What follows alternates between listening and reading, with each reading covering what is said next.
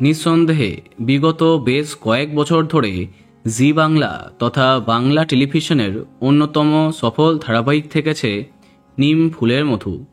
টিআরপিতে জায়গা করবার পাশাপাশি মানুষের মনেও জায়গা করেছে এই ধারাবাহিকটি। সম্প্রতি সোনার সংসারেও সেরার সেরা পুরস্কারগুলি পেয়েছে এই ধারাবাহিকটি। কিন্তু এবার সত্যি শেষ হয়ে যাচ্ছে জি বাংলার নিম ফুলের মধু। নিম ফুলের মধুর গল্প আস্তে আস্তে পরিণতির দিকে এগোচ্ছে, কিন্তু কিভাবে শেষ হচ্ছে?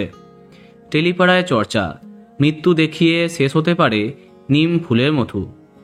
একদিকে যেমন ফুটির সাথে অভিমন্যুর বিয়ে হচ্ছে, অন্যদিকে সমস্ত বাধা বিপত্তি পেরিয়ে এক হয়েছে সৃজন পর্ণা।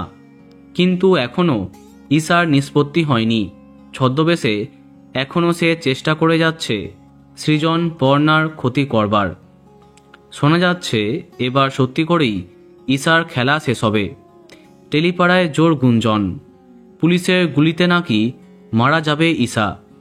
ঈশার খেলা শেষ হতেই বিদায় নেবে নিম ফুলের মধু। এবার দেখা যাক গুঞ্জন সত্যি হয় কিনা। মৃত্যু দেখানো হোক আর না হোক, হ্যাপি এন্ডিং হচ্ছে এই ধারাবাহিকের। আপাতত সেটাই আপডেট। তো বন্ধুরা, কে কে মিস করবে কমেন্টে জানাতে পারো।